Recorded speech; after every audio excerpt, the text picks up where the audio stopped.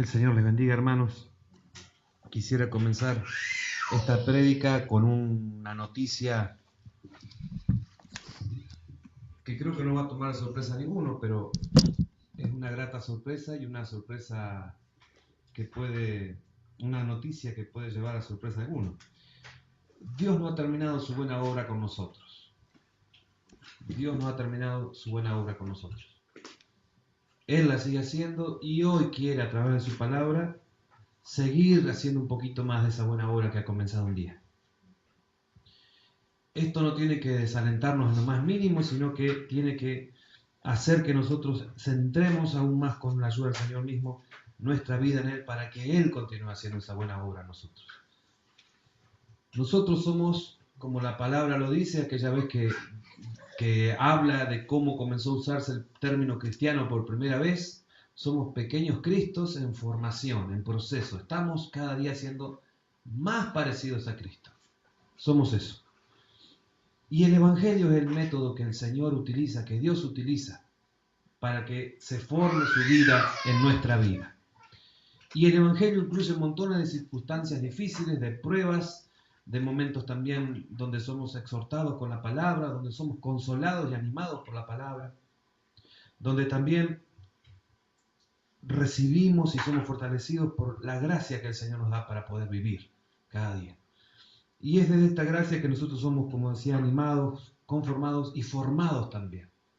Formados para ser como Cristo cada día un poquito mejor. Esto no es solo para nuestra propia persona, sino para que con todas las personas que nosotros nos relacionemos, con todos aquellos que tengamos una relación, nuestras vidas también sean de bendición para esas otras vidas. Todo lo que hemos estado compartiendo de Colosenses, yo le había puesto como un gran título que era Relaciones que sanan, ¿sí? En muchos sentidos esto. Hablaba al principio, ya por la mitad del año pasado, de la relación primera que tenemos que tener para que el resto esté sano, que era la relación con Dios. Si está sana esa relación, las demás se van a ir sanando también. Después las relaciones en el matrimonio, la relación con los hijos, hablamos de las relaciones con nuestro trabajo, con las áreas en la iglesia, de todo ese tipo de relaciones estuvimos hablando a lo largo del tiempo que estuvimos visitando Colosenses. Y este pedacito final que nos queda lo vamos a dividir en dos, y yo quisiera llamarle un poco parecido a Relaciones que sanan, que era el título grande de lo que estábamos viendo anteriormente, y terminar con ver todas estas relaciones sanas como relaciones que salan la vida de los demás. Y vamos a ver los sentidos, o algunos de los sentidos que el Señor utilizó, esta expresión, esta metáfora, esta comparación que él usaba mucho acerca de la sal.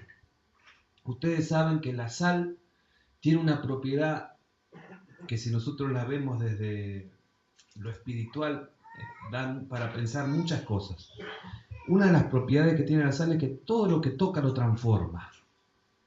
Nada que ha sido tocado por la sal queda igual. Vayan pensando en eso. Vayan pensando, porque es algo que nos pide el Señor, que seamos sal. Que todas aquellas personas con las que nosotros establecemos relaciones, nuestra sal sea de alguna forma contagiosa. La sal se va a referir, después lo vamos a ver en detalle, pero en principio al reflejo de Cristo que los demás ven en nuestras vidas. Que eso sea evidente. Todo el pasaje que vamos a compartir hoy y el domingo que viene es el que nos resta de Colosenses, que es 4, el capítulo 4, que es el capítulo final, y los versículos que van del 6 al 18. ¿Lo han encontrado?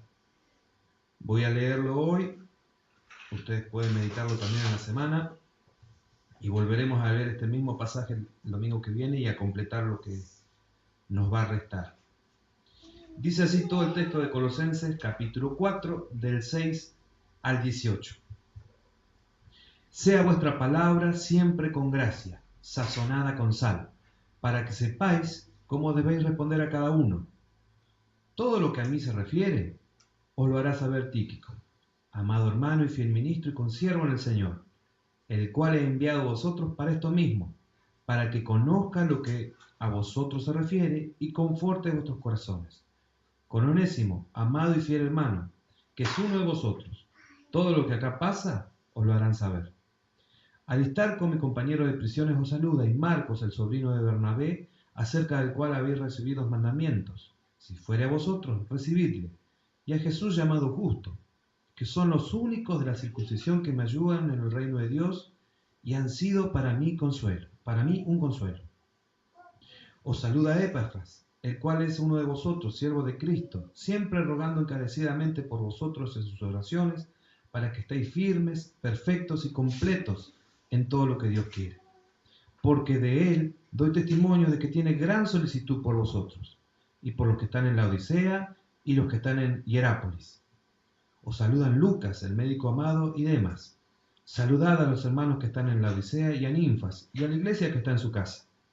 Cuando esta carta haya sido leída entre vosotros, haced que también se lean las iglesias de los laodicenses, y que la de la Odisea la leáis también vosotros.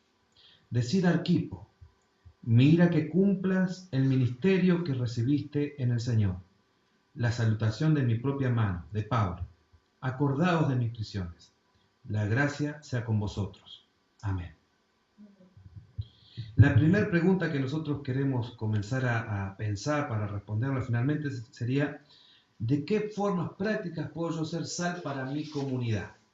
Y no voy a decir, no le voy a agregar a comunidad de fe, porque no vamos a comenzar a pensar solo en nuestra iglesia, vamos a pensar en Pinto. ¿Cómo puedo yo ser sal en Pinto?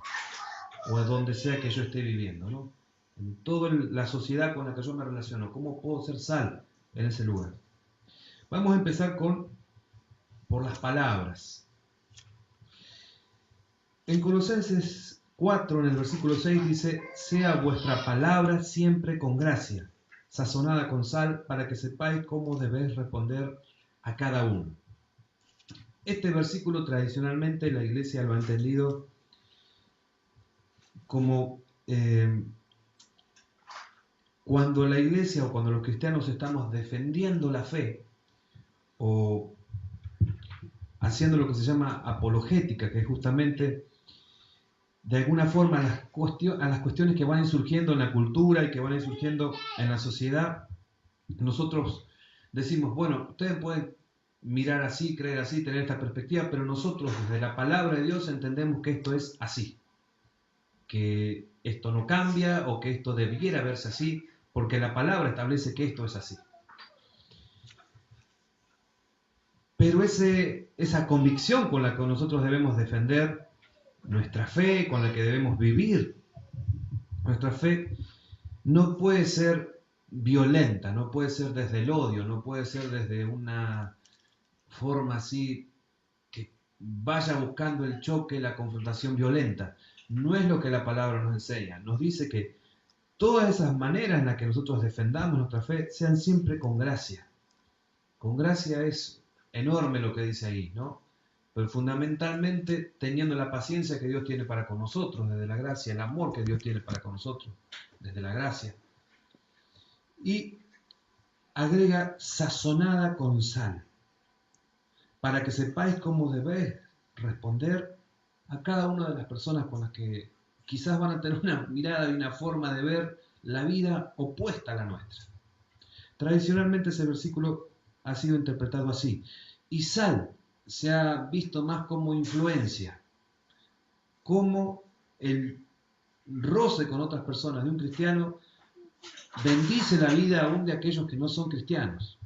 Y se suele citar a José, por ejemplo, a Daniel, a personas que caminaron, que eran hombres de Dios, y que su caminar con Dios no solo bendijo su familia, su nación, sino otras naciones. Entonces podemos ver ese pedacito y decir que toda defensa que nosotros hagamos de la fe la tenemos que hacer desde el respeto, amabilidad y sobre todo amor, que nos provee la gracia de Dios.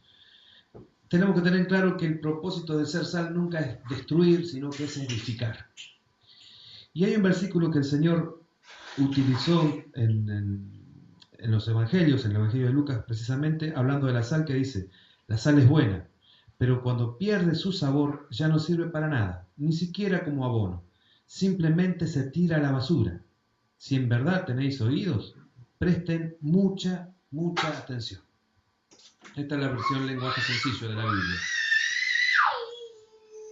El Señor Jesús también dijo en otra ocasión que los discípulos debieran ser luz y sal. ¿Se acuerdan de ese versículo? Así que tenemos toda esa enseñanza de Jesús que ahora Pablo vuelve a traer en esta epístola a los colosenses, en esta carta a los colosenses, donde les recuerda que su hablar, en principio, su hablar tiene que estar o debe ser desde ahí que deben ellos expresarlo.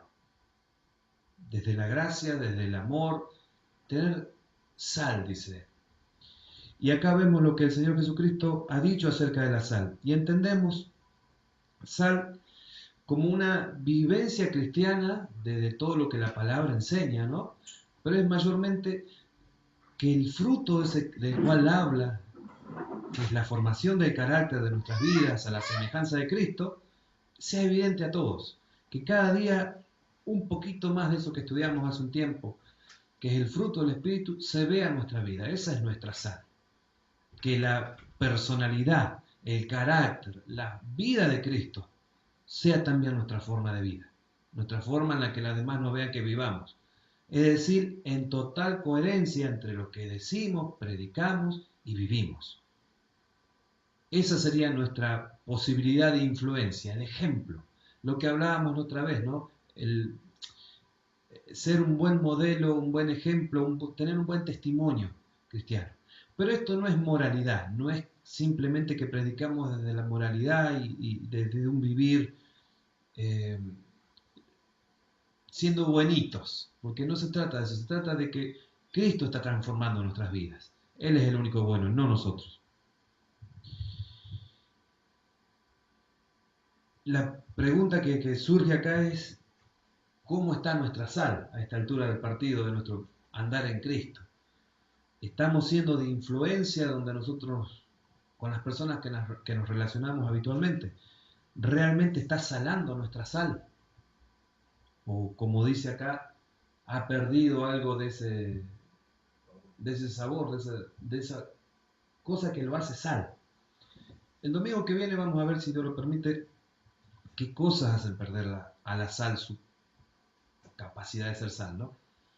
Pero hoy vamos a centrarnos en esto, en qué sería la sal. Y quisiera ver esto. Es muy notable cómo a lo largo del libro de Hechos se relata la conversión de Pablo. De ser ese que odiaba, perseguía, rechazaba todo lo que tenía que ver con Cristo, a aquel que ahora está dispuesto a dar su vida por Cristo. El Evangelio transformó la vida de Pablo, eso es indudable. Pero no solo transformó la vida de Pablo, la vida de aquellos que estaban alrededor de Pablo, que es el momento que nos encontramos ahora en una prisión, con un montón de colaboradores que nombró, que mencionó ahora, fueron transformadas también por el ejemplo de Pablo, por lo que vieron de Cristo en Pablo, por Cristo mismo en realidad.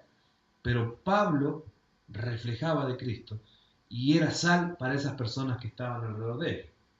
A eso me estoy refiriendo, la influencia que ejercía espiritual, que ejercía Pablo desde Cristo que estaba en él, y él vivía siguiendo el modelo de Cristo. Él dice en una ocasión que lo imiten a él como él imita a Cristo, y desde ahí se veía su sal. Pero no solo eso, hermanos. Lo que yo quisiera más que nada recalcar es cómo los colaboradores de Pablo salaron la vida de Pablo también. Fueron sal para Pablo y para las congregaciones. Y hay muchos ejemplos muy buenos acá que podemos analizar, no para saber solamente eso, sino para comparar y para ver si nuestra sal está salando. Porque verdaderamente estos hermanos salaron, fueron sal y luz en su época, en su tiempo, en su congregación, en la prisión al lado de Pablo, o donde sea que estuviera. Y el primer hermano con el que nos encontramos es el que está mencionado en Colosenses 4, del 7 al 8. Y es este hermano que se llama Tíquico. De Tíquico se nombra en 5 lugares de la Biblia. Pero acá en este pasaje dice, todo lo que a mí se refiere os lo hará saber Tíquico. Y nombra muchas cosas hermosas de este hermano. Amado hermano, fiel ministro, consiervo en el Señor, el cual he enviado a vosotros por esto mismo, para que conozca lo que a vosotros se refiere y conforte vuestros corazones. Yo quisiera mirar algunas características que se desarrollaron en Tíquico. Yo creo que naturalmente no estaban en Tíquico, que el Señor, por medio de la transformación que el Evangelio realiza en las vidas, también las desarrolló en Tíquico para edificación de su cuerpo, para edificación de su iglesia. La primera expresión con la que se refiere Pablo a Tíquico es amado hermano. Nosotros no podemos llamar hermano a otra persona si no vemos a Cristo en esa vida. Pablo ve en Tíquico a Cristo. Por eso puede llamarlo su hermano. Están unidos por la misma sangre, la sangre del Señor Jesucristo.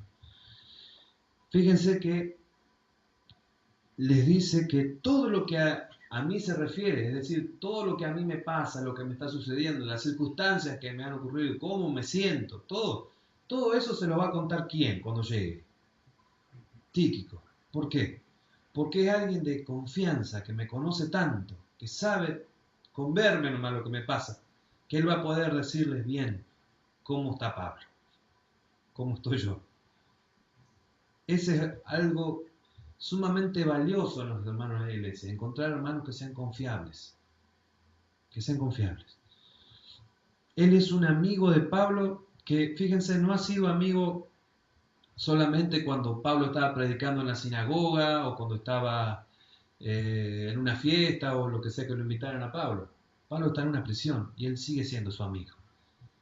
Está en la circunstancia más difícil quizás de esa época y sigue al lado de Pablo. Pero no es solo eso lo que vemos en Tíquico. En Tíquico vemos que también, según nos cuenta Pablo, es un fiel ministro. No nos llegó ninguna carta escrita por Tíquico.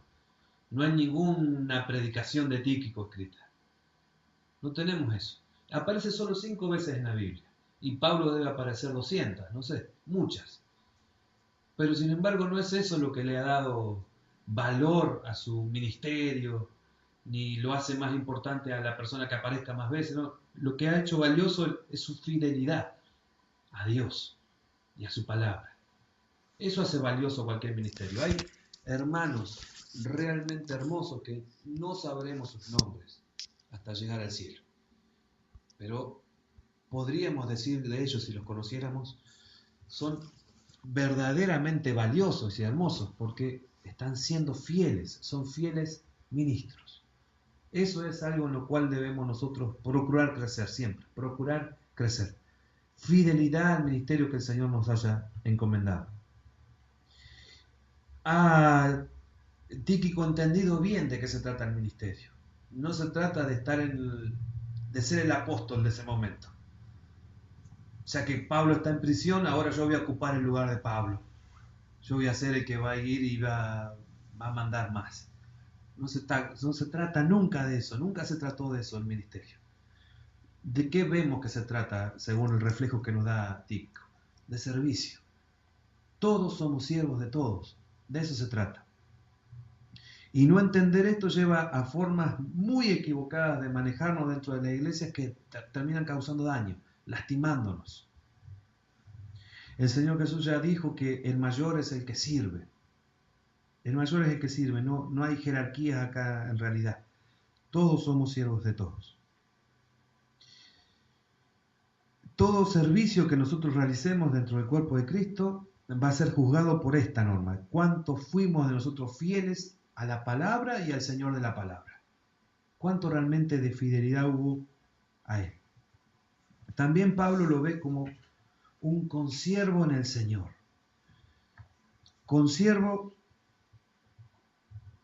me dice a mí que no está hablando, yo estoy acá porque soy el apóstol y él está allá porque es simplemente alguien que lleva mis cartas. Somos lo mismo, estamos a la misma altura. No soy yo mayor por estar escribiendo la carta y él porque la lleva, no, somos consiervos. Trabajamos juntos, somos equipo, él colabora conmigo, pero yo colaboro con él también. Somos un equipo. Tíquico es además un enviado responsable de Pablo, es alguien O sea, Pablo no selecciona a cualquiera para que lleve sus cartas. Nos selecciona a Tíquico y a otra persona que después veremos. Pero es alguien de confianza de él para llevar esa carta. Imagínense que era una época muy difícil, había todo el tiempo persecuciones a los cristianos. Pablo está preso por predicar el Evangelio. Tíquico puede correr la misma suerte o peor, lo pueden matar por predicar el Evangelio o por llevar un documento que es cristiano. Pero hay una misión que lo impulsa a Tíquico. No importa que su vida peligre, ¿por qué? Porque es imprescindible que lo que Pablo ha escrito le llegue a los hermanos de Colosa. La salud espiritual de muchísimos hermanos está en las manos de que Tíquico llegue con esa carta y los hermanos la puedan leer. Y no solo los de Colosas, también los de Hierápolis y también los de la Odisea tienen que escuchar este mensaje. Y también nosotros. Es alguien confiable, alguien de valor, alguien que es valiente realmente. Y que va a enfrentar todas esas cosas porque entiende cuál es su función dentro del cuerpo de Cristo y va a vivir eso y va a hacer eso. Y no quiere ser apóstol.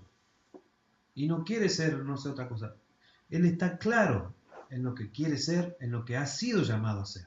Y está haciendo eso. Es una pregunta muy importante que debemos hacernos. ¿Hemos descubierto realmente nuestro ministerio? ¿Estamos desarrollando nuestro ministerio? ¿Estamos siendo fieles en la vivencia de nuestro ministerio? Todas esas son preguntas importantes para hacernos. Que si las respondemos sabiamente, van a hacer que las relaciones que tengamos dentro del cuerpo de Cristo sean mejores también. Pero hay mucho más en la vida de Tíquico. Fíjense que dice en el final del pasaje que leíamos que él ha enviado a su amado hermano, fiel ministro, consiervo del Señor, para que conozca lo que a vosotros se refiere. Tíquico es una de esas personas que tiene la capacidad de que cuando llegue a ese lugar, por más que los hermanos le digan o le manifiesten que tiene tal necesidad, él va a saber leer y discernir cuál es la verdadera necesidad de los hermanos.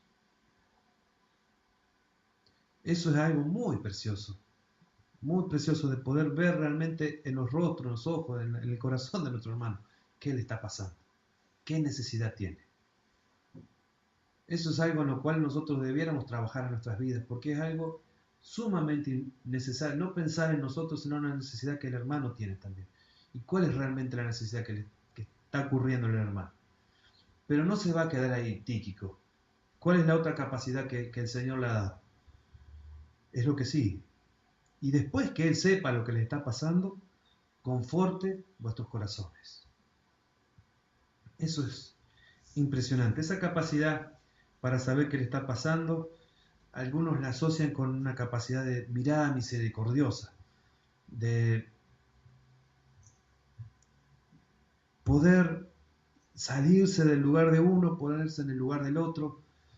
¿Y qué le está ocurriendo a mi hermano realmente? ¿Qué le está pasando? Pero no va a quedar ahí, como decíamos, guiado por el Espíritu Santo, él va a poder exhortar, animar, consolar, fortalecer a sus hermanos. Y si hay algo que hace falta en el cuerpo de Cristo, ustedes seguramente también se dan cuenta, pero en todas las iglesias lo que más hace falta son hermanos como Tíquico. Hermanos que quieren ser como Pablo, que quieren resaltar. De eso hay muchos. Decía Pérez Millos que estamos sobrados de gente que quiere ser grande. Y estamos faltos de hermanos que quieren ser humildes y siervos. Y vemos en el ejemplo de Tíquico un siervo. Y ojalá este ejemplo sea sal para nosotros, nos influencie y querramos ser como Tíquico. Qué hermoso el ejemplo que el Señor nos deja de la vida de Tíquico. Y el otro ejemplo del cual quisiera referirme hoy, y ya vamos a cerrar, es el que va a ser el acompañante de Tíquico. Este hermano que se llamó Onésimo. Y ustedes saben que todo el libro de Filipenses no, de Filemón, ¿sí? que es una carta que se suele leer asociada a Colosenses, porque iban dirigidas al mismo lugar. Toda esa carta de Filemón fue escrita para que Filemón aceptara nuevamente en su casa a este hermano Onésimo, que aparentemente se robó algo, siendo un esclavo de Filemón, le robó algo, se escapó, y ahora ha terminado a miles de kilómetros preso con Pablo. Y providencialmente, por gracia del Señor, porque el Señor así lo ha querido, el Evangelio ha llegado a la vida de Onésimo y ha hecho unos cambios importantes en su vida. Unos cambios maravillosos. Todo esto está relatado, como les decía, en el libro de Filemón. Y de ese libro yo quiero leer solamente 2 pasajes. Si ustedes van al libro de Filemón, es un solo capítulo y vamos a estar leyendo 2 versículos nada más.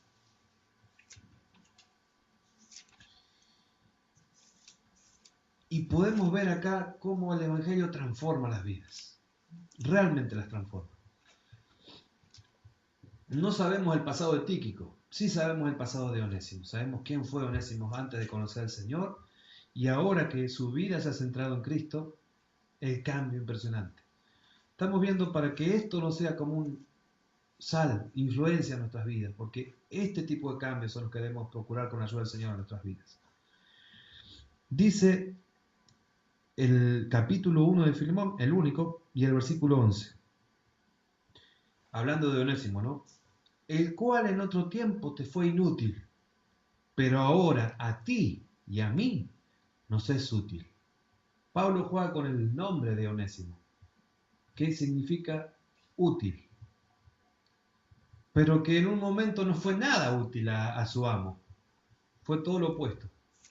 Fue, antes de conocer a Cristo, alguien que le hizo mal, que le hizo daño a su amo, que no hizo las cosas nada bien. Y en su rebelión, en su desobediencia, le fue mal, terminó preso. Pero ahora el Evangelio ha llegado a la vida de Onésimo, y ahora sí verdaderamente no solamente le va a ser útil a Filemón, está siendo alguien útil, profundamente útil en la vida de Pablo. Y está sirviendo, al servir a Pablo, a toda la comunidad cristiana de su época. Y no solo eso, sino que cuando vuelva a la casa de Onésimo, Pablo está seguro de que debe recibirlo como si fuera un hijo, como si fuera el propio Pablo, porque ahora se ve en Onésimo a Cristo. Y va a ser de bendición también para la casa de Filemón, casa en la cual hay una iglesia. Y le va a decir esto en el versículo 13. Fíjese cómo ha crecido el amor por este que ahora es útil. Yo quisiera retenerle conmigo, es decir, me es muy útil. Está haciendo una labor muy útil acá conmigo, para que en lugar tuyo me sirviese en mis prisiones por el Evangelio. La obra del Evangelio justamente incluye una transformación en nuestras vidas, pero como leíamos recién en el libro de Marcos, fíjense lo que pasa en la suegra de Pedro. Esta relación con el Señor que se establece, que comienza a ser sanada, mueve a la suegra de Pedro ¿a qué? Al servicio. No está separada una de la otra. ¿Cómo estamos salando? ¿Cómo está nuestro salero? ¿Se humedeció ya? ¿Realmente sala a las personas con las que nos relacionamos? Si no está salando, una de las posibilidades es que nuestro salero esté cerrado. Y cerrado me refiero a que estamos tan centrados en otras cosas y lo que nos pasa solo a nosotros, que dejamos de derramar sal en los demás, ¿no? Nuestras conversaciones van perdiendo ese sabor. Recuerdo el primer versículo para que lo tengamos bien presente. Sea vuestra palabra siempre, siempre, en todas circunstancias, con gracia, sazonada con sal, para que sepáis cómo debéis responder a cada uno. Desde ahí meditamos en el Señor y la semana que viene, si Dios lo permite, vamos a estar viendo algunos otros ejemplos de compañeros de Pablo, el ejemplo de Aristarco, de Marcos, de Jesús el Justo. Un ejemplo de alguien que termina perdiendo la sal, que es Demas. vamos a ver Aristarco y vamos a ver la necesidad de que la congregación anime a Arquipo. Señor, queremos darte muchísimas gracias por estos ejemplos de hombres que han caminado con vos, de siervos que realmente han sido de una enorme influencia, bendición en sus comunidades, Señor. Son hermanos que quizás son mencionados únicamente en este pasaje.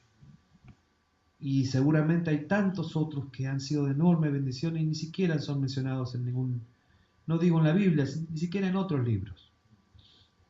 Nosotros no buscamos ser mencionados en libros, pero sí buscamos ser sal para todos los lugares donde nos movemos, Señor.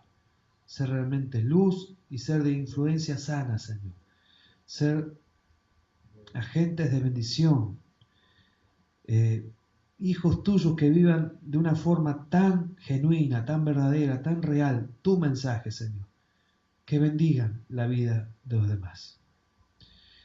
Recordábamos en esta semana el asesinato, Señor, de uno de sus hermanos, Padre, que hace 50 años, aquel hermano llamado Martin Luther King, que defendiendo a las personas de color del hecho de que eran discriminadas, Señor, fue muerto por encarnar tu mensaje en esta época, Señor. No sabemos si ese será nuestro destino, no sabemos de qué forma querés que salemos en nuestra sociedad, pero que de la manera que querés hacerlo, Señor, nosotros podamos descubrirlo ahora, Señor, podamos desarrollarlo y podamos hacerlo bajo tu guía y con tu gracia, Señor. Siempre, siempre, Señor, teniendo presente y sabiendo que nos das esta capacidad de ser sal para que todo lo que toquemos se transforme, pero con gracia, con amor, con inteligencia también, Señor. Pero fundamentalmente para reflejarte a vos y para predicar. Gracias, Señor, te damos por estos ejemplos, que puedan ellos, estos ejemplos que tu palabra nos relata, ser sal a nuestra vida y que influencia nuestra vida para desear, Señor, crecer en estas áreas, Padre. Te bendecimos, Jesús. Amén.